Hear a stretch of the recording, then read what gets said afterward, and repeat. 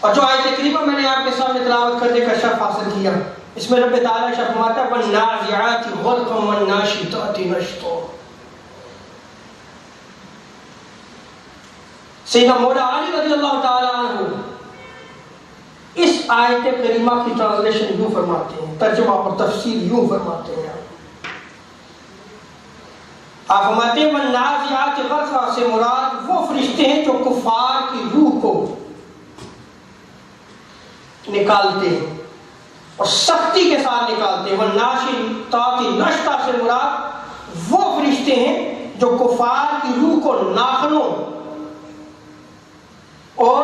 جسم کے ہر بال کے درمیان سے کھینچ کر نکالتے ہیں۔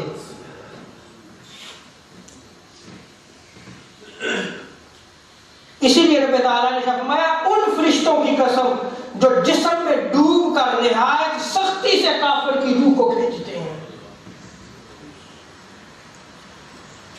اور ان کی قسم جو نہایت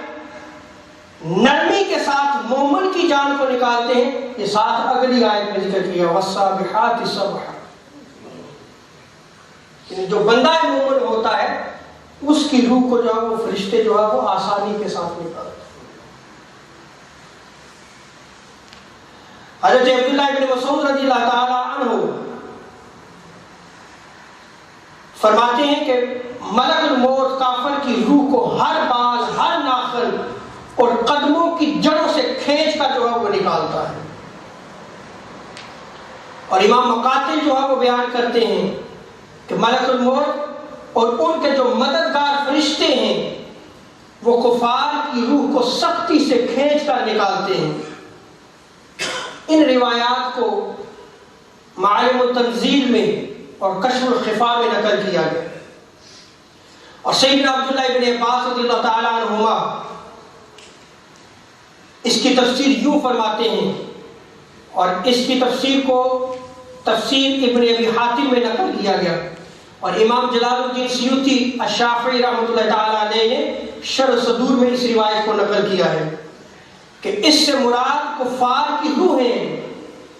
جو کھینچ کر نکالی جاتی ہیں۔ وَالنَّازِعَاتِ غَرْقًا، اس کا معنی جو ہے وہ صحابی رسول ابن عباس رضی اللہ تعالیٰ عنہما نقل کر رہے ہیں،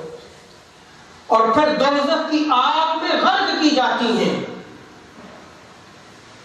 اور دوسری تفسیر سیدنا عبداللہ ابن عباس کی امام جلال الدین سیوطی رحمۃ اللہ تعالی علیہ نے عبد المنصور اور شرح صدور میں نقل کی ہے کہ یہ کفار کی ارواح جب وہ ملک الموت کو دیکھتی ہیں تو وہ ملک الموت ان کو اللہ تبارک و تعالیٰ کی ناراضگی کی خبر دیتے ہیں کہ اللہ تم سے ناراض ہے، تو وہ روحیں جو ہے وہ غم میں ڈوب جاتی ہیں، اور ملک الموت ان روحوں کو گوشت اور پٹھوں سے کھینچ کر جو ہے وہ نکالتے ہیں۔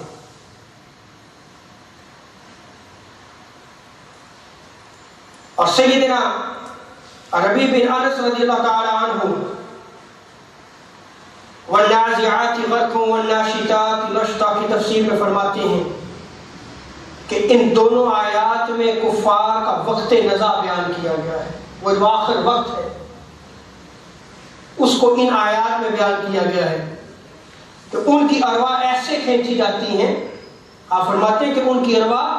اس طریقے سے کھینچی جاتی ہیں جیسے گرم جو ہے وہ سیخ ہو، اور اس کو گیلی اون میں ڈال کر زور سے کھینچا جائے۔ اس طرح جو ہے وہ کفار کی ارواح کو جو ہے وہ نکالا جاتا ہے۔